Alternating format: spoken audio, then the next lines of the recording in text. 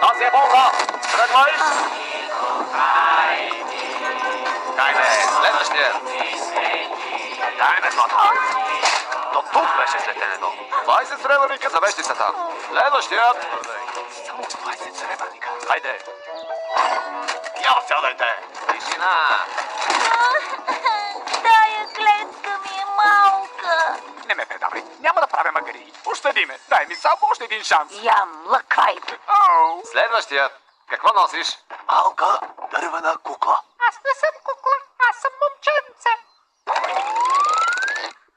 5 шилинга за вълшебната кукла.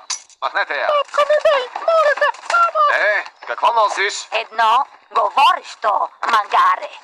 Ясно. Ще получиш 10 шилинга, ако го докажеш. Давай, малки приятелю. Той си пада малко срамежливичък, иначе изобщо не млъква. Говори, красто дръглива. Добре, стига толкова. Стража! Не, той говори, наистина. Аз говоря, наистина говоря. Аз съм най-говорещото магаре на света.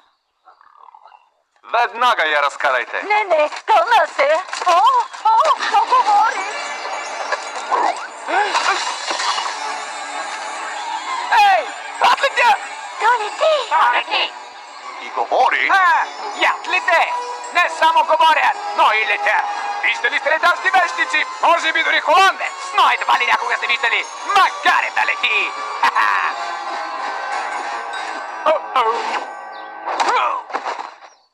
Хванете го!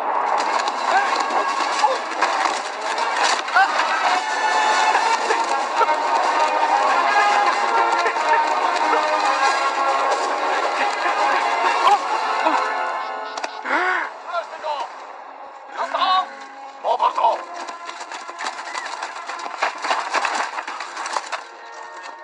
Ти! Чудовище! Да? По заповед на лорд Фарклот трябва да арестувам всички приказни герои и да ги изгоня от неговите владения завинаги. О, така ли? А къде ти е армията?